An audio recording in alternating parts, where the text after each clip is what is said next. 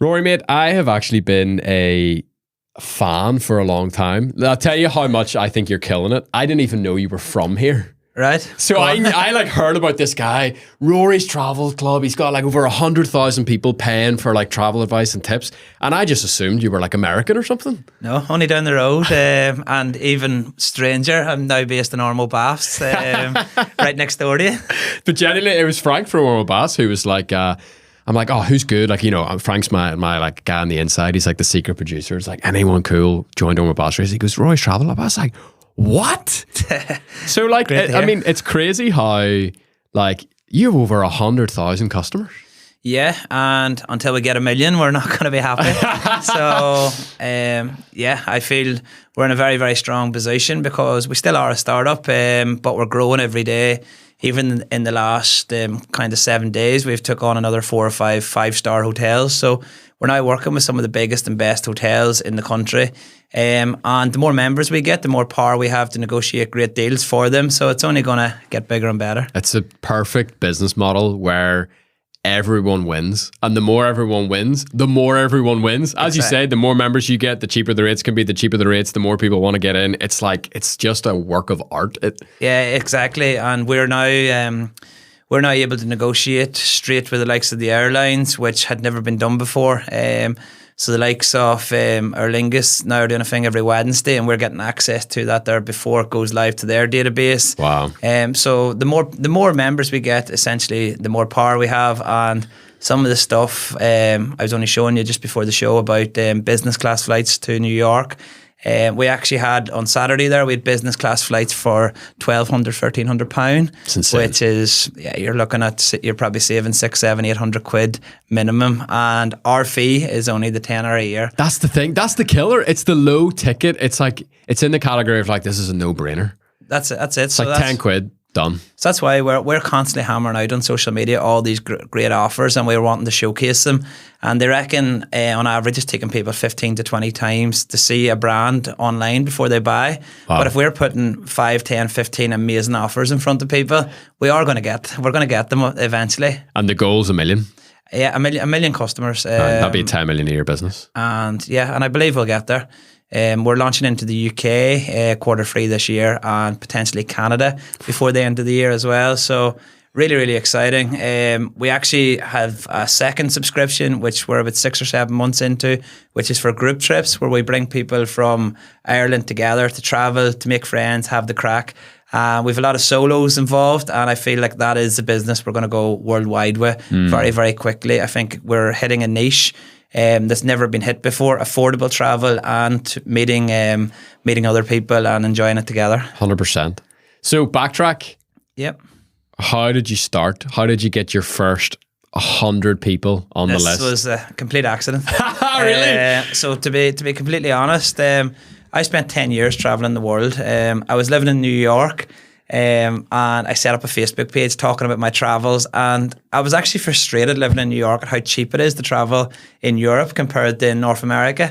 So there's a guy called Jack's Flight Club. I'm sure you've heard of them. They're amazing. I was signed up to it when I was in New York, and I was just showcasing how cheap it can be to fly in Europe, especially out of airports in Ireland. And then I was also talking about my travels while I was away, just checking in, really letting people know I'm still alive, and making people slightly jealous along the way. So set up this Facebook page. I'll never forget it. I was in a place called Bed-Stuy in Brooklyn. I was working for an Irish company out there, and I actually couldn't afford to have my own room. So I was sharing a room with like 4 or 5 randomers, and it was a Sunday. I was slightly hungover. I was on the top bunk, and I made this Facebook page, and I was like, what the hell am I doing? And there was this little Indian restaurant on the corner, and I went in there about an hour later for a bite to eat, and we had hundreds of followers, and people were, so it kind of started growing. And I remember sitting in that Indian, and I was like flat out on my phone, and I must have spent 6, 7, 8 hours that night on it. And this was just a blog. This wasn't a business. Yeah. And so I think what had happened initially was this was just before the pandemic, and there was flights so basically, and one of the top tips I give to everyone is, if you are interested in a certain destination and you are a fan of an airline that flies there, if you join their mailing list, you're going to be the first to know about the offers going there. So I'm pretty sure I got an email from Aer Lingus about flights to New York for like 250 quid return. Unreal. So I posted this on Facebook. And obviously, most of the people following us, say we had 200 or 300 people following us, most of them weren't on the mailing list, so they didn't know about this. And then loads of people were. I think there was like something like 1,000 shares or 2,000 shares. So this went viral, and we ended up. I actually only came across my old my old Instagram, and we had 40,000 followers in 12 weeks, and I'm pretty sure that was one of the reasons. Was I was just basically getting this information and passing it on to randomers on Facebook, but it was free. It was never meant to be a business. Fast forward, during the pandemic, I moved back to Ireland, and I decided, you know what, there's a business in this. I did a bit of research. I spoke to a lot of hotels. A lot of them at the start, actually, they were like, absolutely amazing idea, but this is never going to happen. Like, you don't have the audience to get us the bookings that we need.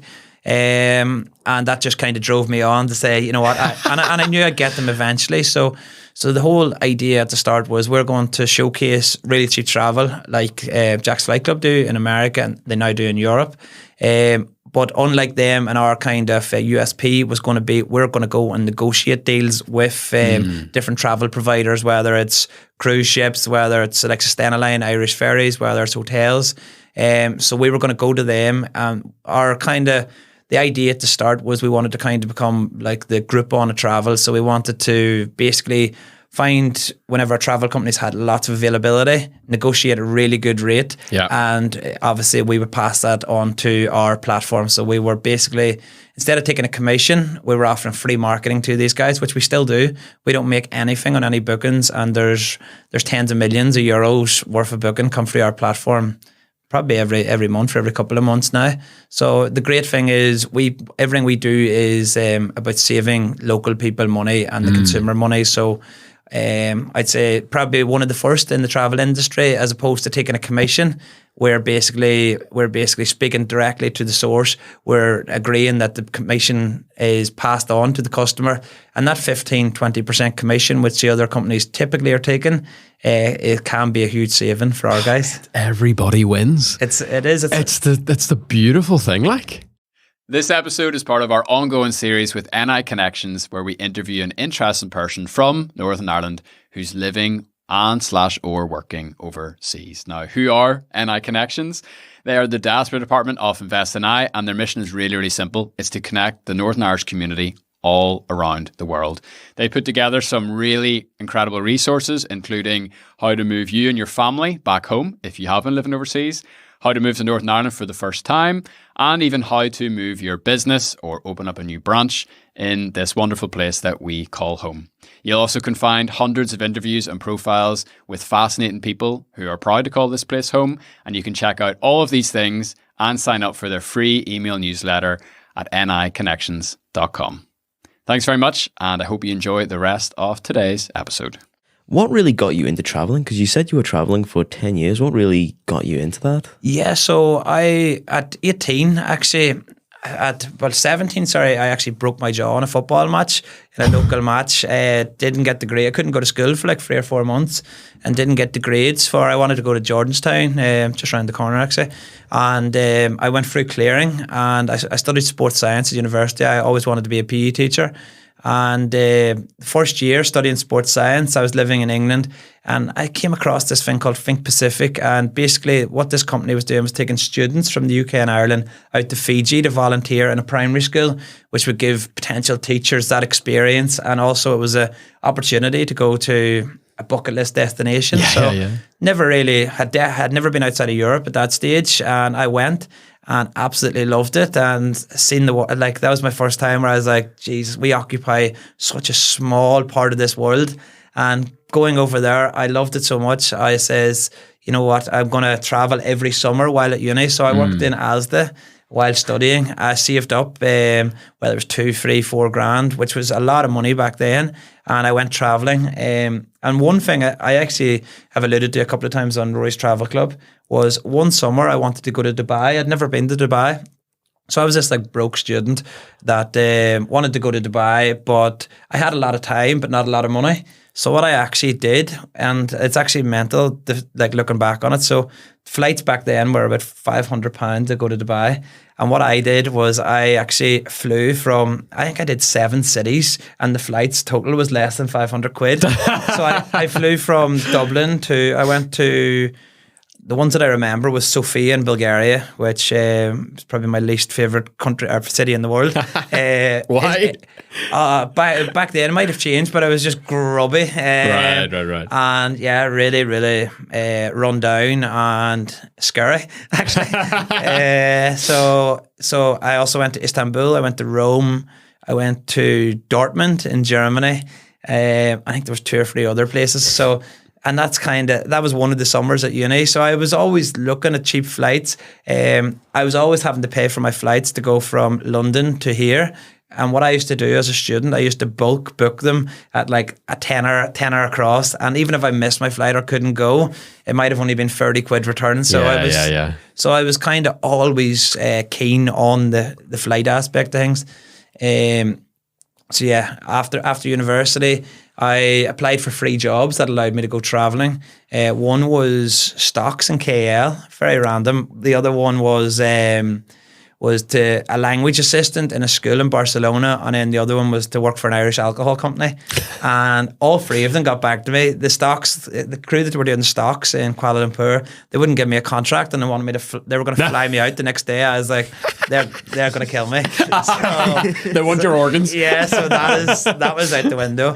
The school in Barcelona, they were like, wow, the position we have for you is actually now in Andorra. So are you interested in going? And it was like I just finished university, and it was a kind of like an internship wage, but I was so keen to get abroad. Barcelona really, really appealed to me, but when they said Andorra, maybe not so much. And then the alcohol company from Maeve, I took that job. I was with them for 4 or 5 years, and the job I had was amazing. I was sales manager. I got to launch their brand into New Zealand. I was in Canada, Denmark, Cyprus, New York, and amazing company, and really, really grateful for the opportunity. So that's what took you to New York in the end, was it? It was, yeah. Yeah, cool. I also, at 18, was in an apartment with 6 other lads, like in a triple bunk. Yeah. Like just making it work, like way up. It has to be done. And, man, it's so good. And people at home are looking on Facebook and seeing all these amazing photos of and it's like Instagram v reality, I suppose. 100%. Aye, for sure. And also, like, very interesting. You've gone to so many different places. It's like I've only been to a couple of different places, like, but you've been almost everywhere in the world. You got to sign up to Roy's Travels Club, then Oh, you're gonna definitely need to. Out of all the travels you've been to, what was probably your favorite out of them all? Yeah, so my favorite country in the world is Fiji. For my personal reasons, is that I actually lived on an island in Fiji. I volunteered in the primary school. And at one stage, I didn't see another white person for about 7 months. Unreal. A very limited internet, limited electricity, and it was the best 6 or 7 months of my life. The people, they're the friendliest, nicest, most genuine people in the world, happiest people. Like there'd be people who would say they have nothing compared to us, but really they've everything and more. So Fiji, without a doubt, Fiji's kind of divided. There's kind of that third world side of it, and there's also the paradise island side of it. So it was great that I got to experience both sides of it. I've been to Fiji now 5 or 6 times. It's amazing. I think because of my tie with the volunteering, that's why I see it as the best country in the world for me. Would I say for someone that hasn't been there, or someone from Europe, is it worth going the whole way there, which is going to take you about 30, 35 hours to find that happiness and dream destination? Probably not. But for me, it's my favourite place. So if you're just going for paradise, what's the best bang for your buck and bang for your time? I would say, yeah, you're looking somewhere probably Italy, Croatia. I love Dubrovnik. Yeah. Dubrovnik, and it can be actually very affordable. Now they've got this Game of Thrones tie as well, so a lot of people from Northern Ireland, it's on the bucket list. But beautiful weather, lots of amazing day trips you can do from there. There's they've got one of them cable cars up the mountain, and really beautiful restaurant up there. So the Dubrovnik, it's not flashy like some of the islands you would see obviously in the likes of Spain or Greece, but it's an absolutely beautiful city. Very cool. So you're in the Indian restaurant, your phone's going flat out. How do you turn that into a business? Yeah, so to be honest, at that stage, there was always this. Even when I when I had the Facebook page and wasn't being paid for it, there was always this kind of what if. And one of the biggest motivators to actually turn it from a Facebook page into a business was that 4 or 5 years ago, I was headhunted to be part of a team that was launching a French brand into the Irish market. And they were based on Talbot Street in Dublin. And what they were doing is they were selling these gift boxes to consumers through retail, and if you left a gift box, you get a voucher which you can use in like 100 hotels in Ireland or France or whatever country you're living in, and they were taking 30% commission. And I was signing up Irish hotels to this service, and every day I was sitting there, I was like, so wait a minute, Irish people are buying a box in an Irish shop and then they're using it in an Irish hotel, and 30% goes to these guys in France. Yeah. I was like, surely there's a way that, and I was like, surely there's a way that local people can save this money.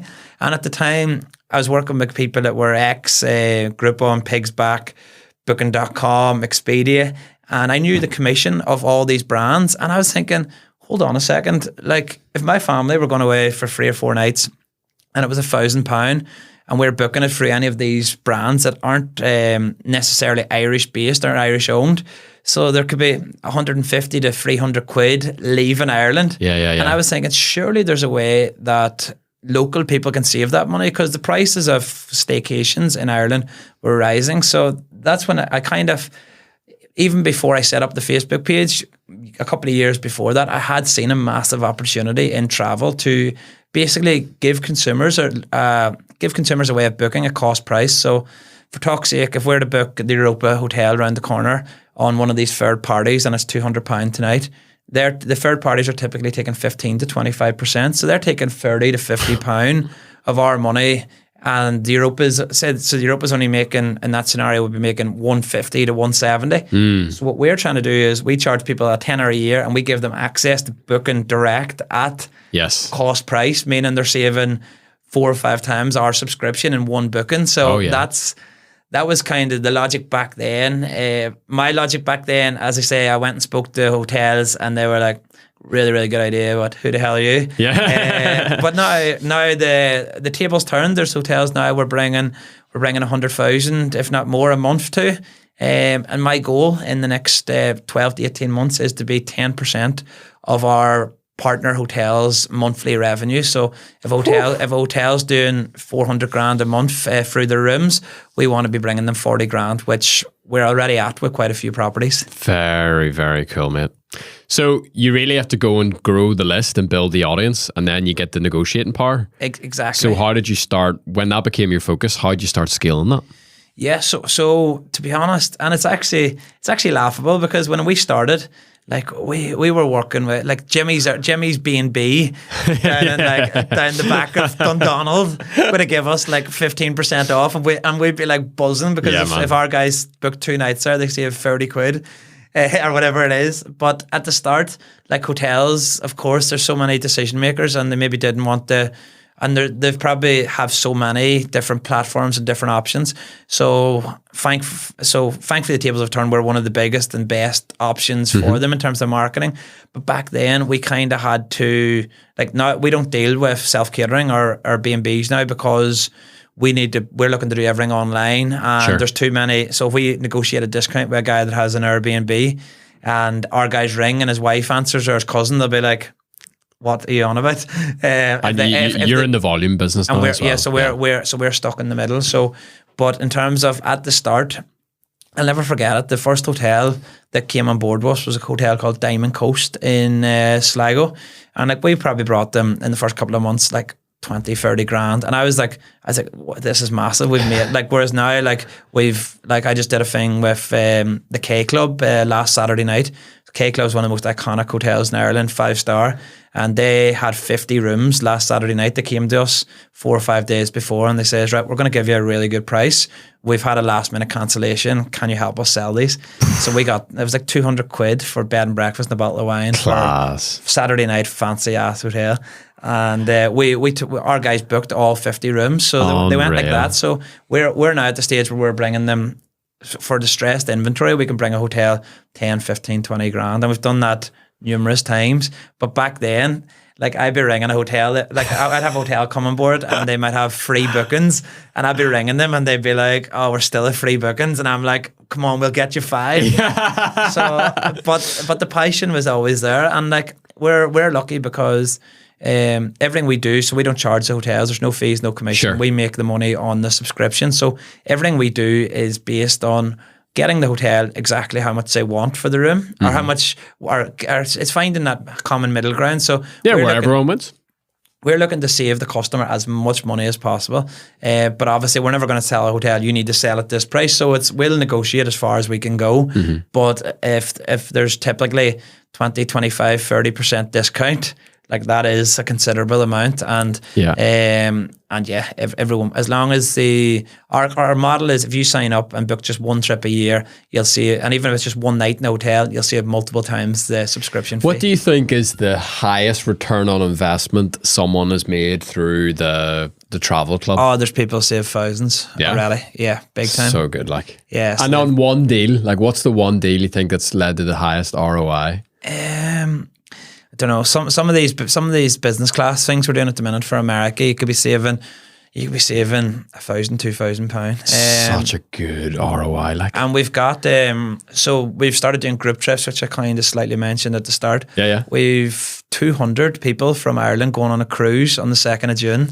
And what we've actually done is, Like, just through you guys? through me, yeah. So we've Like, on the one boat? on the one boat, yeah. The crack is going to be, Man, that's insane. it's going to be unbelievable. When are you going to start a cruise company? But and then we've a chartered flight going skiing. We've 2 now. Sorry. That is just going to get so wild. So we're at the stage where we're scaling, and the more of these opportunities come to us. So, and we've got the power now to say, look, because there's 10 or 15 big players in cruise, so we're able to say to them, right, we need X price, and if you don't do it, your competitor will. We do hold a lot of cards and a lot of whereas at the start, as I say, like, if I rang a cruise company, they'd be like, they'd think it was a prank call. Yeah. They'd be like, no chance. Mate, that is amazing. And you're like Downpatrick. Yeah, so I love that. Do you know who else is from Downpatrick? Do you know who Neville is, Is? No. This is becoming potentially. like a repeating thing on the show. This is like it's time to talk about Neville segment. Right. So like, this episode is part of like, we do a series with NI Connections. They're like the diaspora department of Invest NI. Right. And the brief's really simple. It's like, find like really interesting people from Northern Ireland who've gone on to do crazy things around the world. And like, we kind of started hearing about this guy called Neville. Neville's from Downpatrick. I feel, is he something to do with Coca-Cola? Yeah, he became the global CEO of Coke. Amazing. Like, absolutely mad. Yeah. And Paddy Kilty as well was same school as me. Mate, something's going on down there. Yeah, he's done drum. But Downpatrick is somewhere that I actually haven't spent too much time in the last 10 years. Obviously, I've been off travelling. Beautiful town, really proud to be from there. But realistically, being a young entrepreneur, you want to be close to the city. You need to be around people. Sure, man. So, I mean, where do you spend your time now? So I live 10 minutes away. I live on the Ormo Road here in Belfast. Class. And my time is spent, it's very bizarre because a big part of what we're doing is, see, when we have got groups, I could be losing money going on a group trip and time, but it's a real, in terms of marketing and meeting our customers and speaking to them, like if I can go on a trip, so I'll go on this cruise and meet 200 of our customers. So man. I've saved them all probably 100 quid each. I've brought them all together to make friends and make memories. And if they, hopefully at that stage, they really like our business and they'll happily talk about it. But then if they meet me as well, which like I actually go on these, like I'm just a punter. Like I go have a bit of crack. I don't take myself too serious when I'm away. And I think if I can really connect, so I'd say in the last 12 months, I've met between 5 and 10,000 of our customers. So in terms of meeting people face to face, explaining who you are, being there, being present. So obviously we've got a big platform online, whereas I actually think what's more important, which has helped us grow more, is our presence offline. So Right. in terms of me going and meeting these people and being at events and networking, and there is times where I was doing 2, 3, 4 trips and people are like back to back and people are like, you've got the life of it, that is unreal. But realistic, I was absolutely shattered. Of course you were. And it is good. Like my goal, which unlike so many other entrepreneurs out there, my goal is not money orientated. My goal is to visit every country in the world. And that is since probably 10 years ago. My goal isn't to make X amount of money. My goal is to visit every country in the world. And I think I am now in a position that I'll be able to do it. Yeah. And if I can make a bit of money along the way, it definitely helps. Well, you're just making sure you get a good deal. Yeah. You've got a lot of leverage. It's like, right, how the heck are we going to make Antarctica affordable? It's like, let's charter a plane, let's get a group, let's da-da-da. It's really cool. But what we're doing essentially is we're speaking to the travel providers. We're finding where they have availability or where we're finding their sticky points or their pain points. Yeah. First thing I'll ask on every call is, what's your pain points? What do you need help with? Yeah. And they'll say, oh, next Sunday night we're screwed. We've got 100 rooms. And I'll say, see them 100 rooms at £200. If you give them to us for 120, Oh, why? we'll sell them. Yeah. And Yeah. We chatted to Johnny Ward a few years ago. Yep. He's from Kilkeel. He did every country in the world. oh yes. And he just did Everest recently. And he was basically talking about, like, there's some parts that are really hard to get to. What's the most expensive part of that goal of every country in the world? I follow him. He's amazing. Yeah, by the he's way. amazing, isn't he? Yeah. Really, really cool. I think he took his mother on one of the trips. Yeah, recently. he did. He took her to like Baghdad or something mad like Mongolia or something. What a legend. And yeah, I suppose when you get to that stage, it is these countries where you're having to pay security and visas and I suppose the likes of some of the islands in the Pacific, some of the islands in South America, of course, is going to be expensive. So you're definitely best killing 2 birds with one stone while you're out there, because the airfare from Europe, especially post-pandemic, can be really expensive. That being said, shameless plug, we actually have at the minute, this is actually unreal. So for this Christmas, we've got flights and 10 nights in Rio de Janeiro, where it's like 28 degrees in December. The 10 nights are in a 5-star hotel, and for 2 people, it's like £1,300 a head. That's insane. Which is, it's unbelievable. Like, I agree with you that, like, my wife's German, so we live here, and we're back and forward to Germany visiting Granny and Grandas and all this sort of stuff. And like, definitely, like, the cost of flights has gone up. I mean, the cost of everything's gone up. But yet, like I was telling you off air there before we started, like, I booked, like, for work, I had to go to LA. What a terrible life, isn't it? In February, God bless me. But mate, it was like direct flight, Dublin to LAX, 350 quid. I was like, is that? I was like looking at it, I was like, there has to be a zero missing or something. Yeah, it's but there's amazing deals out there, like, if you can strike at the right time. Well, that's it. And at the start, we were more focused on saving people time and money. So we didn't have leverage to go straight to suppliers and negotiate deals. Obviously now we do, and we're really lucky and thankful for it. So at the time, we were spending 30, 40, 50 hours a week scouring the internet to find like amazing deals, and we were just basically putting them in front of people where people could go. And the thing is, like, say for example, Malta's amazing. So we might have seen, right, flights to Malta, 50 quid return, and like 2 or 3 nights in a hotel, 100 quid for 2 people. Yeah. So 100 quid you go to Malta, and everyone could find that, but most people wouldn't be looking for it. But that's the value. The value is, like, there's more information out there than anyone on the planet can process, you're doing the heavy lifting of processing it for people that's just right in front of them. Yeah, big time. Well, and that was at the start, and we got a lot of success for that. And we also got a lot of like backlash where people are like, "Oh, sure, I can do this myself." And I was You're like, okay, do it then. No, Don't pay the tenner. That was my. I says right. So I says, okay, if you want to spend 100 hours of your time, if 100 hours of your time isn't worth £1 a month, like crack away, lad. That's crazy. But now we're in a fortunate position where we're going to suppliers and you're actually making the deals, and we're putting the ideas in front of them. Even this week, the business class thing. It's commonly known that a lot of people from Europe don't fly business class to North America in the summer because they're going on their own holidays with their own family, July and August. So there is a lot of availability typically on business class July and August. So I brought that to one of the airlines and says, lads, I know you've got seats. Yeah. And what can you do? And here we are. We had an offer yesterday, business class for Boston and one for New York this summer. Class. It's good. I've got to be hitting you up. I'll be like, Rory, is there any to Vegas? Is there any to LA? Yeah. I'm going to need to be there in the summer, man. Need to be there. Why have you decided to like live here? I know it's a silly question, but like and base yourself here because you could do the whole digital nomad thing. You could be in Bali right now on the laptop talking to me down Zoom or whatever. Yep. I suppose we have a team now. I have a responsibility to my team. Of course, I'm lucky to get to go on a lot of the trips, but I'm working on them trips. I would genuinely feel bad. I know for a fact that I'm putting in twice as many hours as any of our team, and I'm happy to do so. So in terms of going and laying on a beach in Bali, no chance. I'm extremely driven to get to that a million customers. We're going to get there, and if I'm laying on a beach in Bali, that's not going to happen. Yeah. So I'm extremely fortunate actually to be back in Northern Ireland after 10 years abroad. Strangely, while I lived abroad, I used to say, look, this is way bigger. The grass is greener here. Whereas coming back, the pandemic took me back to Northern Ireland, and there's nowhere else on the planet like this place. I know Northern Ireland gets a lot of bad press, and people living here will think, geez, I wish I was in Australia or America or New Zealand. But trust me, I've been there, I've done it. It's just as good, if not better here. And you have your friends and family here, which is a massive bonus. So what do you see about Northern Ireland now that you didn't see pre-pandemic?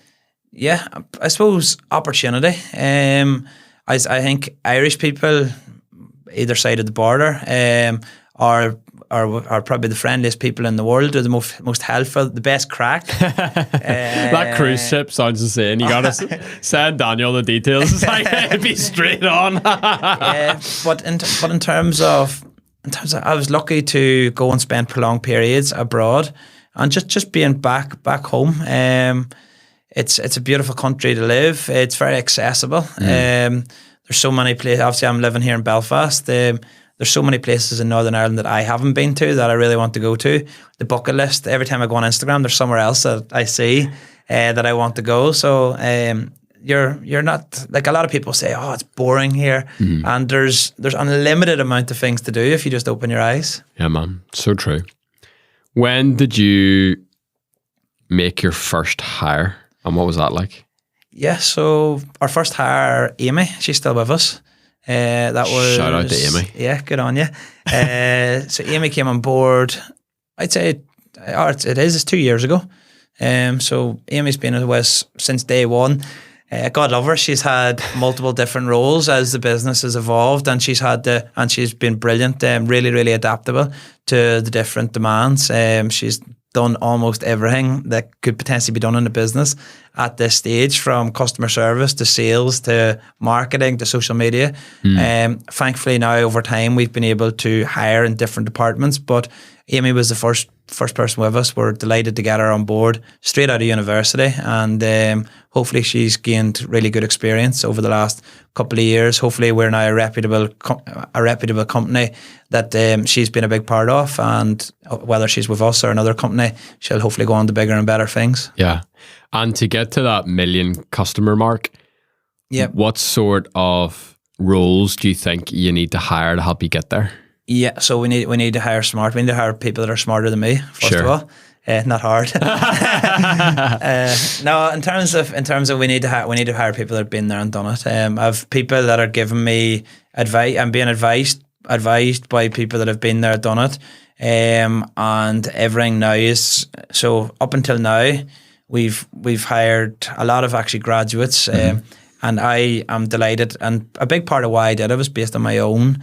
Whenever I come out of university, I was lucky to get that job with the alcohol company. They gave me a big opportunity for someone so young, and I really wanted to repay them. I wanted to go up the ladder. I was hungry, and I feel that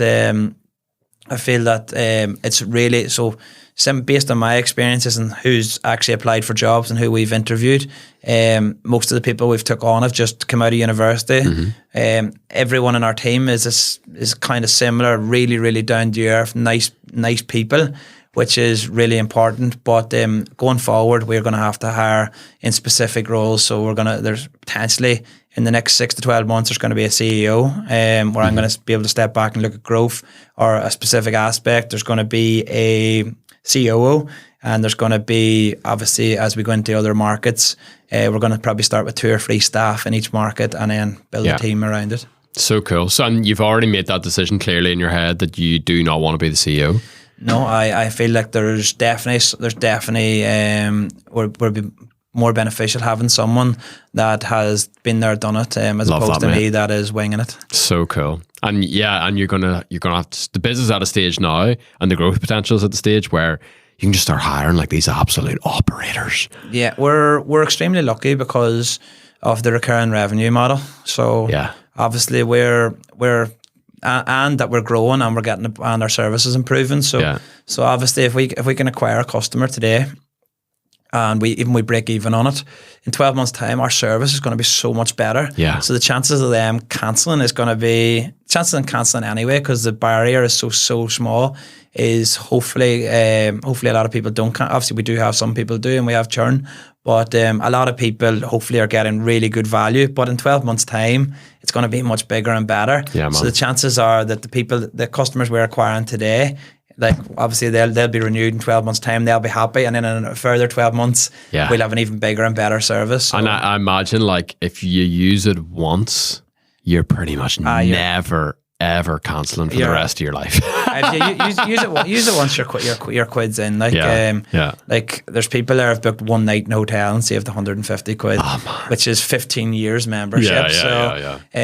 What a business, man. That is so sick. But I'm genuinely still every single day I'm like, this is, excuse my French, crap compared to how good it's going to be. Like the vision is this is going to be absolutely amazing. Yeah. And until we get do I think it's worth 10? Do I think we're providing a good service now? And is it worth the money people are paying? Absolutely.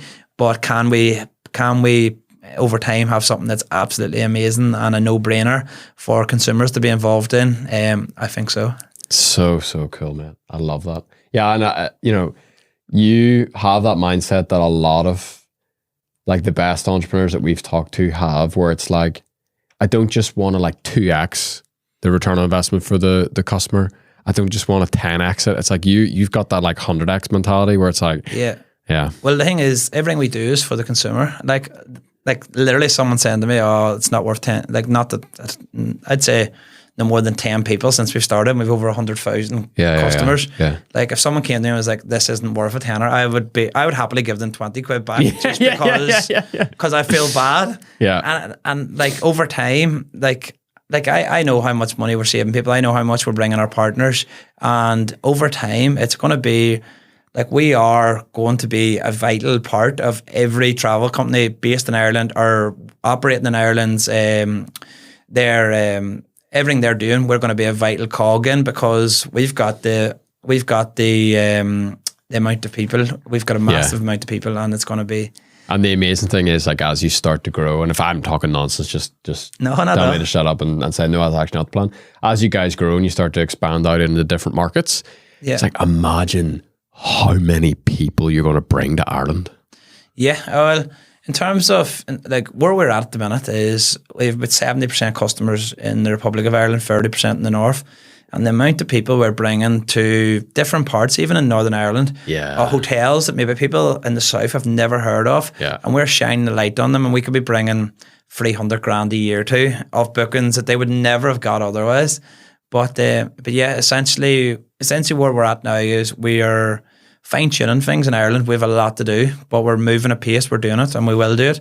And then we're going to launch obviously into Scotland. We're not big enough. We don't have the funds initially to go nationwide UK, but we're going to launch into Scotland and slowly but surely edge into England in the next couple of years. That's so smart, because as you start to like take more and more ground, it's like the whole, like, again, you can just send all these Irish people to, you know, Scottish hotels. You can send Scottish people to Ireland. It's like you're almost building the system that then just will like replicate itself over and over and over. Well, my thing is like we're kind of doing three or four different things. One is we're doing marketing for these companies for free. So if they're spending 10% of their revenue, whether it's a hotel or a cruise ship or whatever, if they're spending 10% of their money to acquire customers, I'm able to say to them, look, you're not spending on marketing. If you can give us 10% off, then that's massive for our guys. Right. And then I'm able to say, look, any dates where you're really stuck, and then they'll say, yeah, and I'll say, well, give us another 5 or 6%. And then I'll be able to say, what's your group rate like? So if we take 20 rooms, are you going to give us a further? So we can end up with 20, 25% off. Very smart. But over time, obviously, as we go into the likes of the UK and stuff, I'm an ambassador for Hayes Travel, who have 25 shops in Northern Ireland. They've just under 500 in the UK. So in terms of we're already working with some of the biggest and best. We're working with the cruise lines. We're working with Disney, Legoland. Yeah. So we already have all the connections in Ireland. So it's just building the platform here and then replicating it into another market. And your quote unquote little Facebook group just becomes a global travel agent. Well, essentially we should be able to get better prices than anyone else there because we're working on behalf of so many people. There's no marketing cost. We're going straight to the source. We're negotiating. Because obviously, if say for example, I had a travel agent next door, or I had whatever it was, and one customer comes in going to book something, and the price is $1,000. So they pay the $1,000, away they go. Whereas if I was sending the place next door 30 customers, and they're able to agree something with the hotel or the airline where there's a group discount, which could be 5, 6, 7, whatever that discount may be, and then straight away our guys are saving multiple times the subscription fee. And, super cool. And I really like what you said about how like focusing on the offline has also been a big part of your growth, because the word of mouth virality that this has is insane, because like, you know, you literally just through this conversation have acquired me and Daniel as customers. Brilliant. And like we will go home and I like immediately there's like 5 people I know who would literally sign up tonight. And it's just like the compound effect of that is like massive. Well the thing as well, it's a lot of people say about them businesses that mums want to talk about on the sideline at a kid's soccer match. And no doubt if someone went and booked, say we work with the Manor House Hotel in Enniskillen, say for example someone booked that and they save 50 quid, 5 times the subscription. Yeah. And then they go down to the sideline, they're like, oh, I stayed in the Manor House, booked through Rory's Travel Club, have you heard of him? And they're like, yes or no. And then they're like, well, you pay a tenner, I see a 50 quid and a one night booking at a great hotel, which I didn't even know about before. But the crazy thing is it makes me look good to promote your product. Yeah. Like you turn me into a hero, because I can save all my mates all this money. Yeah, exactly. It's just like a hack. It's unreal. But we do have we've a couple of big corporates now that are looking to sign up, 1, their staff, and 2, their customers as part of Rory's Travel Club as an added perk. Because obviously some of these big companies, of course, are looking at like their most important, similar to myself, like their most important thing is that they retain their customer 12 months down the line. Right. And for them paying their staff. For them paying a tenner. So say, for example, like we had a hotel yesterday, just signed up 80 staff. They paid a tenner. So they paid 800 quid in one transaction to keep 80 staff sweet for the year. Yeah, man. Like it's a no-brainer. So good. Hopefully we will get a lot more of this kind of corporate business, and we are starting to see it come in, because it's a small amount to pay for whether it's to retain a customer or whether it's to retain a member of staff and keep them happy. A tenner a year isn't much. Yeah, I'm literally buzzing for you. Like, you can just see it. Like, I know you see it too, but like you see, like you've put in the hard graft, the hard yards these last few years. You see the vision of 1 million customers, and you can just see the dominoes that lead to there. Like, I'm literally buzzing for you. I actually listened to a great podcast actually with a guy that set up Expedia, who of course are an amazing travel company, and he basically says, and I basically took his motto as mine. He said in that podcast, he says, if you can get 10 customers, you can get 100, you can get 100, you can get 1,000, and straight on. So we're now at the stage, I started with that. I started with 10. I says I can get 100, 1,000. Now we're at over 100,000. And the next step is 1 million. And it won't happen in Ireland, but as we go into other markets, I'm 100% sure we'll get 1 million customers, which is something that not many people would have the balls to say. Yeah, man. But we're going to do it. So good, dude. Genuinely, I'm buzzing for you. I've really enjoyed this chat. Daniel, you can close us out. Awesome. If you could go back in a time machine to an 18-year-old version of yourself, what would you say? You delivered that with like Nolan energy. Actually. I was like, what do you call Piers? Is it Piers Morgan? Piers Morgan. That was Piers Morgan energy. You've got me pumped up. Yeah, to be honest, I would say, and I say it to everyone, I say there's more to life than your small village or small town in Northern Ireland. And I'm very, very thankful that I broke my jaw in a football match. Looking back on it, because I would have just done what all my mates did, went to the Holy Lands, got drunk, got a corporate job. Maybe I would have became a teacher. But actually getting that opportunity to go to university abroad, and then obviously volunteering in Fiji really just really gave me that kind of oomph to keep going and keep traveling. Like the world is so small, and it's not as expensive as people think to travel. Yeah. Like we're putting out stuff there where, like Amy and Ronan that work with us, they just went to the Costa del Sol, flights from Belfast and 2 nights in a hotel. So they spent 3 days in the Costa del Sol, and it was like £92 per person. Like so if you are like, It's probably cheaper than it is to live in Northern Ireland for those days. it genuinely would be. Like you're looking at like to be honest, like them and. If there is so many great offers, and as long as you're flexible with your time, and like we've all done it. Like you could go out in Belfast on a Saturday night, and spend more than it would cost to go to Spain for 3 days. So, obviously, like I'm very lucky to experience so many cultures, meet so many amazing people. Like even though I'm the CEO and owner and founder of Roy's Travel Club, like I have our customers' interest at heart more so than any money that I'll ever make, and that's. Like until we grow our service and have a better service and our customers are even happier, like that's like I'm still buzzing every time we get a discount of a hotel. It might only be 50 quid or 100 quid, but I'm literally so excited, so buzzing because I know it's really going to help people, and everyone does need a break. So anyone listening that hasn't been away or in a while, or anyone that's kids, just if you can get away for one night, and hopefully we'll have offers there that. Like we've offers there, it could be 70 quid for a hotel for a night. Yeah. And hopefully if people can do that once a month for every couple of months, it definitely helps. And get out of your town or your village and see the world. So good, mate. Bonus question. If you were doing a day trip or a weekend trip around Northern Ireland, and you were creating the killer offer, for someone listening, but even for those of us who haven't seen a lot of our own country. Yep. Like what sort of things would be on that itinerary? What do you love about this place specifically that you feel like you can't get anywhere else?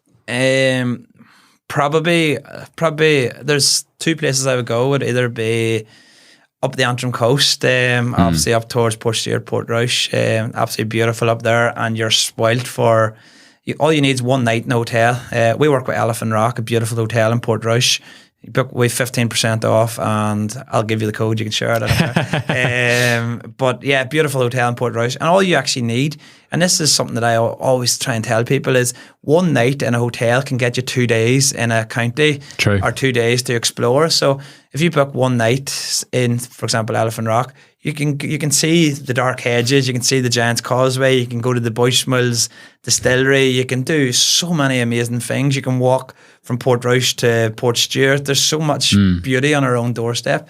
Or else, obviously, I'm from County Down, so I prefer Newcastle. Obviously, it's not too far where I grew up. And strangely, and I only said this recently, my girlfriend's from Laois, and she came up about a year ago for the first time to Northern Ireland, and we went to Newcastle. And I was saying, like, I've spent so many years traveling around Ireland, and Newcastle. It just struck me. We were sitting on the beach. We booked a night actually in a hotel in Newcastle, and we were sitting on the beach with a bottle of Prosecco. And it was just, we could have been in Malta, we could have been in Fiji, we could have been anywhere. It was absolutely beautiful. So just appreciate what we have. We're so fortunate to live in such a beautiful country, and get out and see it. And even if it's a 45-minute drive on a Sunday to go somewhere new, it'll definitely pick you up and hopefully make you happier for the week ahead. Rory, mate, I've loved it. Thanks for your time. Appreciate it. Good man. Amazing stuff. Just want to give one final thanks to NI Connections for making today's episode possible.